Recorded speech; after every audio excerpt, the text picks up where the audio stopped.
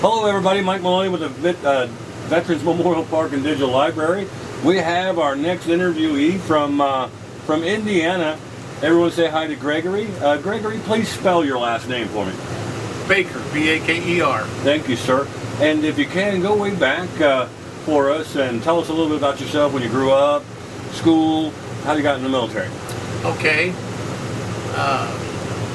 As a history of my dad and my stepfather, my dad was at 101st Airborne Cool. in World War II, and he did 4 combat jumps. Mm-hmm. He was in Bastogne Christmas Eve of '44. What was his unit? 101st. 501st. 501st, okay. Yeah, sorry, That's the Band of Brothers. Yes, Yeah. Exactly. And he came home in 1945, and I was born in '48, and he died in '50 of a heart attack. And stress related, I don't know, but Right. that scenario. And so 7 years later, my mother married my stepdad, and come to find out, he was at Schofield Barracks December 7, '41, outside Pearl Harbor. Wow. So as I'm growing up and I'm realizing the importance of their service and what we do Right. as for the United States, I go to college, and of course, unfortunately, in the late '60s, society was kind of strange on what was going on in the United States and this different thing. But I said heck with it, with Dad and Stepdad being veterans serving their country. I joined the Army in March of '70, and went to Fort Leonard Wood, Missouri. And from there, after basic, went to AIT in Fort Sill, Oklahoma, and was in that's in artillery. And next thing I know, I got orders to go to Vietnam. And so I got in Vietnam 14 August 1970, and flew into Cam Ranh Bay, and then they flew me down to Long Binh, and then I went out to 2 Field Force, 627th Artillery. And I spent basically 14 months and 3 days there, and pretty close to Cambodia, where I don't think we were supposed to be there, but we were trying to do our job and make sure that the enemy was not relaxing and taking care of business. We're trying to keep them on call and do what we were supposed to do. And so I called in basically fire missions for 14 months and 3 days. And So you're like a field surveyor, right? well, it was an RTO basically. Yeah, that's what Denny O was. 13 I was a surveyor. 13 Surveyor, Echo yeah. 20 is Yeah. what I ended up, 13 Echo 10 Yeah. and 13 Which Echo turned 20. into an 82 Charlie. Yeah, Yeah. okay. Yeah. Well, so, I did want to clarify something before we go. no, The Cambodia, we officially, the United States at the time officially said we weren't there. That's why. Yeah. Oh, yeah. You know the deal. I just wanted to clarify that for the audience. no, but there wasn't a sign said welcome to Right, Cambodia. right. So, There was you no know, it just- linear. Yeah. Yeah, But we had expressly said we weren't there.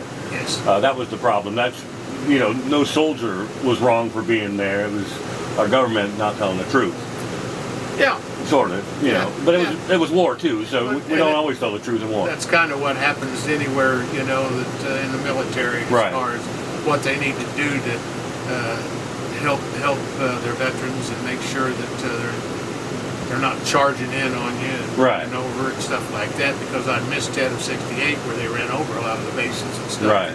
That where I was located.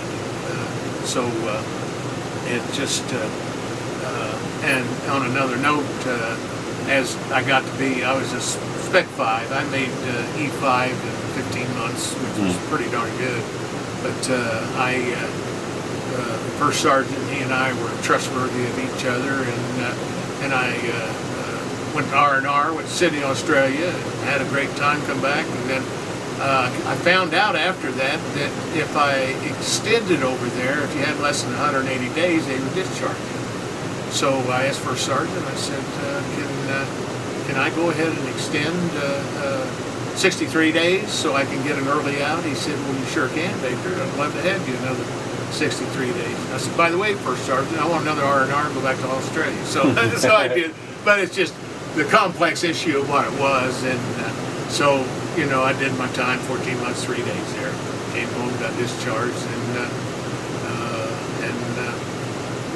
I guess my memory's pretty good as far as, you know, remembering this. And so then when I got home, I immediately joined the American Legion and the Veterans of Foreign Wars, VFW. And since then, I've become a life member of the DAV and the AMVETS, and trying to help those that have borne the burden of battle and what we're about. And so I don't know how far I want to go with this, but after 35 years of being home and going towards my third marriage, somebody said, maybe you ought to go to the VA and get checked on, you know. So yes, I did. And they said, yeah, you might have some PTSD and some issues. So took care of that. And Right. the VA's done a good job for me, taking care of, you know, like Vietnam, Agent Orange and stuff like that has kicked in, and type 2 diabetes and all that stuff. So it's fun getting old. Yeah. Well, you know, we all call it, some people are used to calling it invisible wounds and stuff. But it's so invisible, sometimes we don't know what it is. Exactly. And nobody in my family that I was Yeah. aware of had type 2 diabetes, so, you know, you tell me, Right. you know, so I'm just trying to, and I guess 36% of more of type 2 diabetes people were Vietnam veterans, you know, percentages. But, so I basically stayed active. I was post commander of the Legion in 1982 and got involved in the Veterans of Foreign Wars, and I'm past state commander of Indiana, so. You're a past state commander of Indiana. Yes. Awesome. 13 and 14. Wow, yes. sir. And I'm currently nationally legislating, trying to get some of those hard-hitted congressmen and senators to help us veterans on needs that needs to be done and stuff Right. like that. And the PAC thing on toxic exposure, hopefully we'll get that passed. Still trying to stay active. As it gets in your blood, you want to stay with it. Never stop serving. That's our motto. So I try to help my brothers and sisters, and of course, as I'm looking now, a lot of the females that started serving, they're doing combat and stuff like that, and suicide rates and a lot of stuff. There's everything you got to try to stay on top of to make sure that their life's going to be good. You bring up an interesting point with that, because the military, you know, since the 80s has been 14% female. Yes, Veterans organizations aren't 14% female. that is correct. And we got work to do there. Yes. Same thing. You can say the same thing with minority veterans too. Yes. You know, we're not at that level we should be. Well, Capturing them. but it's the whole thing is I look back and, you know, when I came home from Vietnam, unfortunately some of the World War II vets said, "Oh, you wasn't no damn war boy." Right. So, There's always that friction. Whoa, and that's one reason why I joined, because of that scenario. But the whole thing being is that attitude, which we have to change. And it's cyclic. It's cyclic too, because the Vietnam vets and the Persian Gulf vets are almost in the same situation. Yes, and I really feel very sorry for the Afghanistan vets and the Iraqi vets that aren't getting the respect that they need, and trying to help them out. Yeah, exactly, and that's why I try to stay active. Yeah. Stay involved. Keep fighting. Well, you're on legislative, so just remember that we want a veteran cable channel. That's what we're working on. I'm actually we're twisting arms back in Ohio, Congressman, saying we need a channel. There's 1,700 cable channels. Not one of them is dedicated to veteran information and oral histories like this and so forth. Oh, Not one. Exactly. Yeah. That's a very good point. I'll keep that in mind. Thank you. Yeah, well, please own it. We just want to make it happen. Yes. Yeah. I didn't know you're all from Ohio, or you all. Yeah. Okay. We all come from a little post in Ohio. They built. This is a good story for you. That the way this originated, a World War II veteran in our city was the chairman of it. They built this park in Greenville because the traveling wall was coming. Yes. They built a park for it, and the park, of course, stands now and is beautiful and so forth. And we're keeping it going by adding the digital library to it, to where, you know, we joined the 21st century. You know. Wow. I've been to the wall, the moving wall, and I've got a date set up, September 28th. It's going to be in Spencer, Indiana, and I'm going to be there. And they wanted me to say a prayer and stuff like that, so we'll be there. I wonder I'm wondering how far Spencer is from you guys. Now we might come It's from Dayton. How far is Spencer from Dayton, Ohio? how far are you from Indianapolis?